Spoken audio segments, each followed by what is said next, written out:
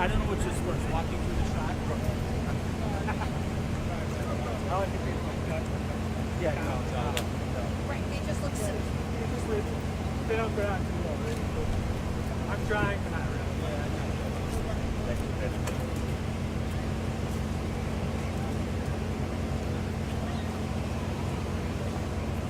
All right, folks, we're going to get started maybe in about 5 minutes.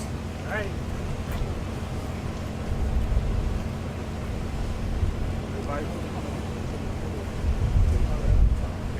ATF guys going to speak, Commissioner's going to speak, Mayor's going to speak. They will also have that sign language interpreter as well. Yes, that's up. Yes. Walter Shaw. I appreciate it.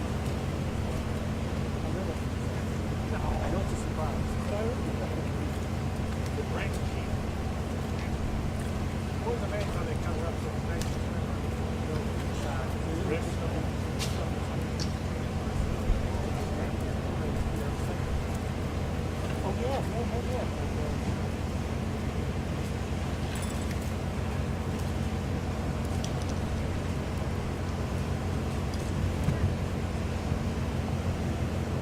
Were they working earlier, or they just start just now? Yeah, okay.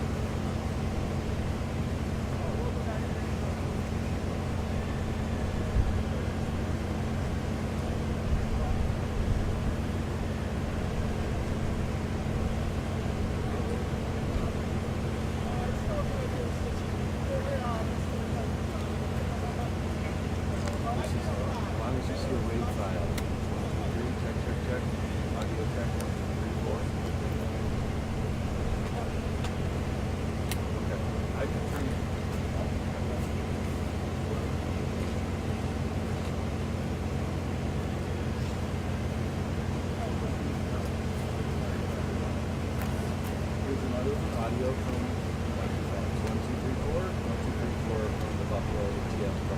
1, 2, 3, 4, 5. Thank you.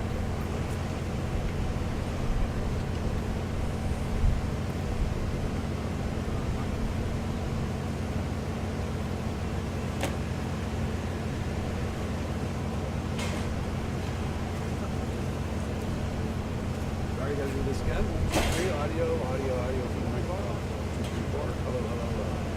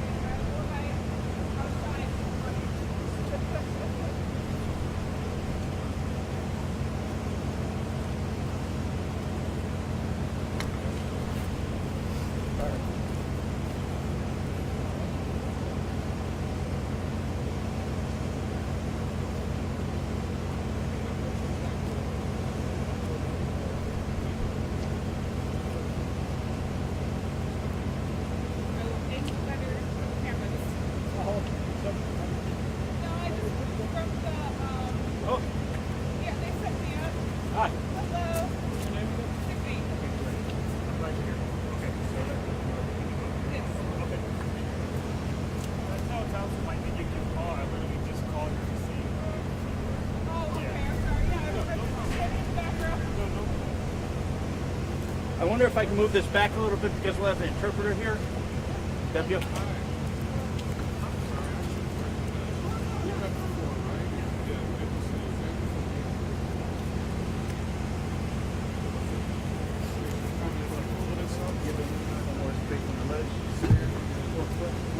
Yeah, it's funny.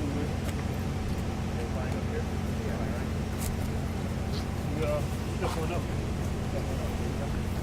And I have you, Tommy, can you hear a little bit closer? Yes. Okay. You can come up. Is that good, Tommy? Yeah. Actually, here. Are you where you need to be? I believe so. They checked. That's good, Tommy? Angle. Okay. Oh, like this way. There we go. Tommy, whatever you say. Sir? Thank you, media, for joining us today. Just had a briefing on the investigation at 745 Main Street with Commissioner William Rinaldo and Branch Chief of the ATF Natural Disaster Team, Mr. Walter Shaw. I want to thank them for the briefing. I think I got the name of the team wrong, but ATF is right. We're very appreciative of the ATF being here with us, conducting this investigation jointly. This investigation is being conducted by the Buffalo Fire Department, fire marshals, the ATF, State Fire, the Buffalo Police Department, also assisting today in the stabilization of the structure is a unit from the New York City Fire Department. We thank them for being here as well. This has been a very difficult time for us in the city of Buffalo in this region. We lost a brave firefighter, Jason Arno, on March 1st, who was bravely fighting this fire, trying to keep property and people in our community safe. We are very thankful and appreciative for the ATF and other agencies being here to assist us with this investigation.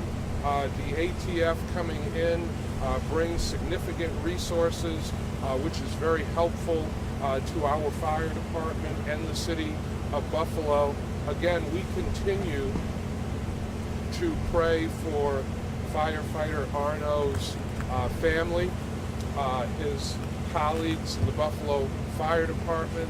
I want to just express my thanks to Commissioner Rinaldo and the Fire Department management team, the union officials, Local 282, for how they have worked so closely together to address the needs of the family during this difficult time, and to address the needs of so many members of our fire department who responded to the scene, who are dealing with the grief and trauma of the loss of firefighter Arno. In a moment, I'm going to turn things over to Commissioner Rinaldo and then to Branch Chief of the ATF, Shaw. Commissioner? Thank you, Mayor. Good morning, everyone. I just want to also thank all the agencies that are here on the scene assisting our own fire investigation unit, Buffalo Police, the ATF, of course, FDNY, Structural Collapse Team, and the members of the Sheriff's Department as well. So a lot of different agencies assisting us in this investigation, and we're very grateful for them being here and assisting us.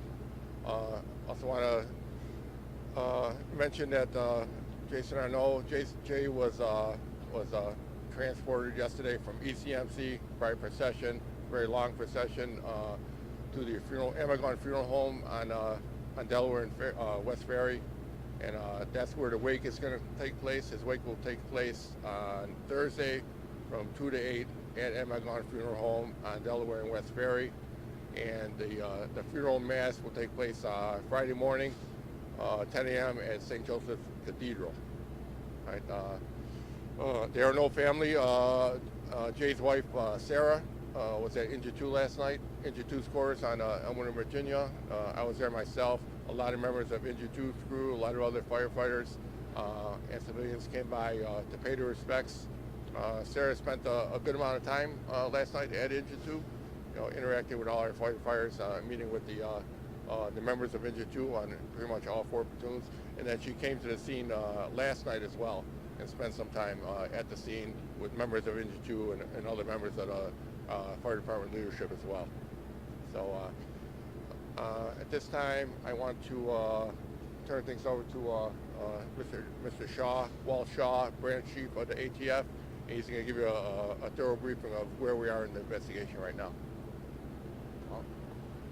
Chief, can you spell your name for the cameras? Sure. My name is Walter Shaw, S-H-A-W. First off, ATF values our partnerships with the state and local agencies here in Buffalo, and at the same time we grieve with the city for the loss of their brave firemen. We're here and we're honored to be here at the request of the Buffalo Fire Department to assist, and we're beginning our investigation into what caused this fire.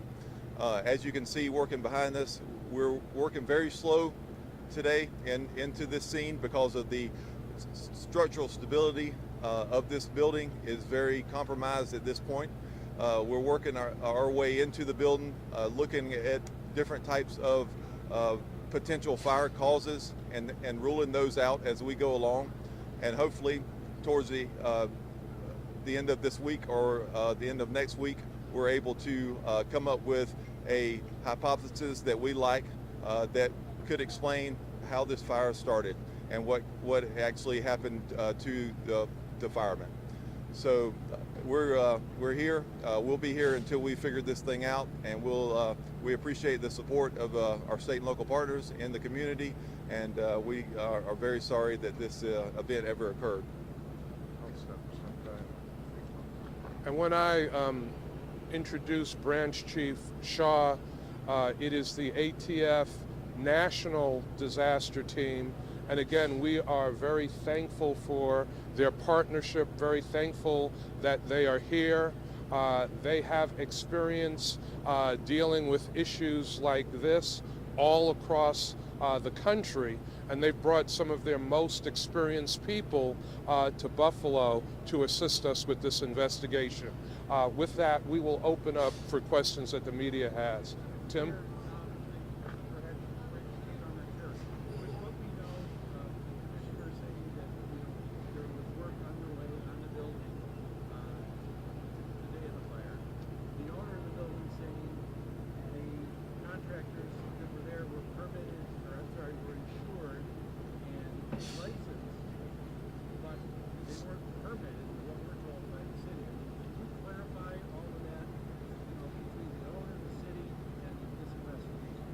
The investigation is in process.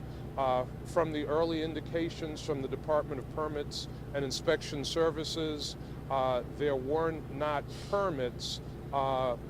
We don't know exactly what type of work was being done, but at the time of the fire, there were no permits in place. If a torch was being used, for example, on masonry, would that require a city permit? Again, I'll turn that over to the Commissioner or Branch Chief Shaw. Okay. Thank you, Mayor. Once again, the investigation is continuing, and as far as the matter of permits or lack of permits, there's going to be more to follow on that. That's all I can say at this point. Maki? Demolition was supposed to begin, it was announced that was forthcoming on Wednesday. It was very quickly stopped. What happened, and what are you looking for? Could you explain? And, does that mean, do you think a crime was committed here? I can speak to the demolition, emergency demolition that was halted, and then I'll turn it over to Walt again, or Mr. Shaw. But yes, the initial emergency demolition was halted. The purpose of it, to begin with, was to open up some of the building to have access to some of the hot spots because the fire was still burning. And at that point, once the fire was under control, we halted it. We were worried about the stability of the building. We knew the national response team was going to arrive the next day, and they were going to assess the building further, and so that's why we halted the demolition, so the investigation could continue in a safer manner. Well, So again, it's very early in the investigation, but we're looking at all aspects of fire causation within the structure.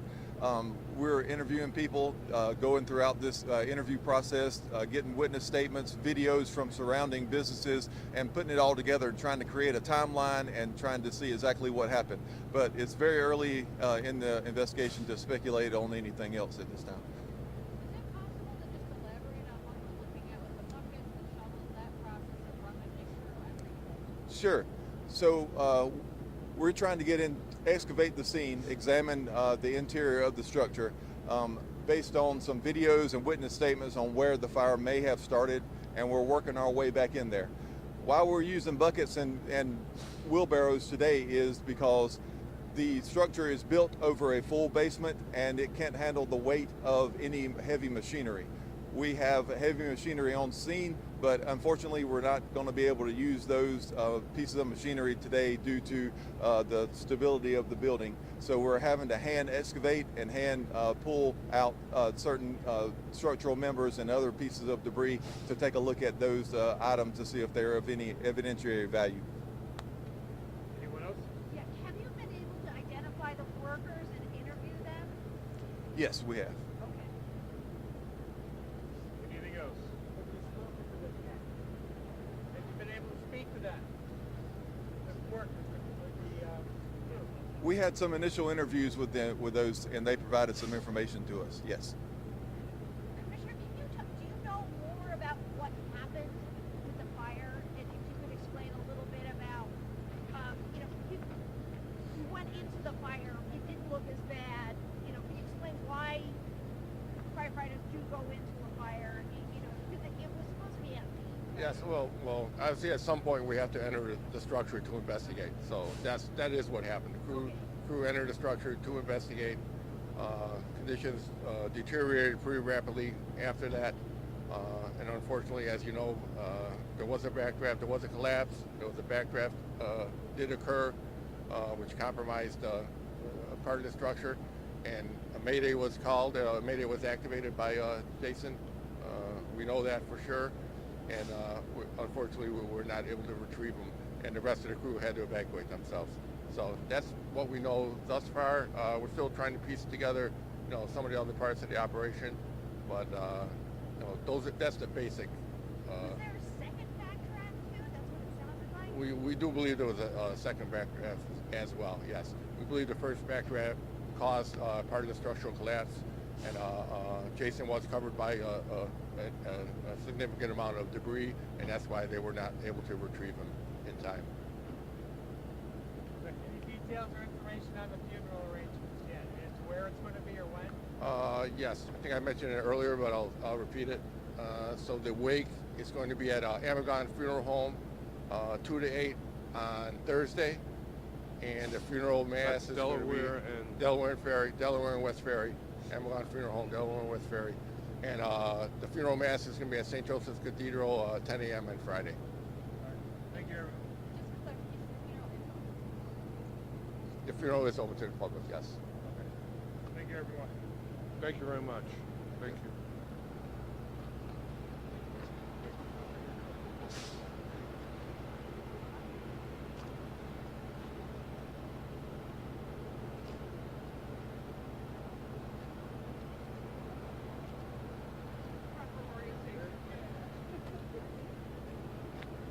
Thank you, Greg. Yes, sir. Yes, sir. Thank you very much. Very good.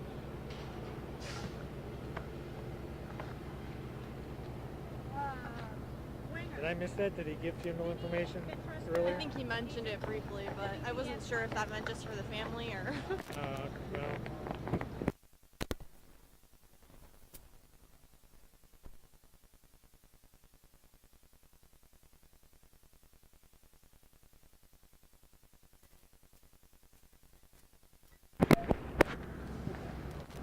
check.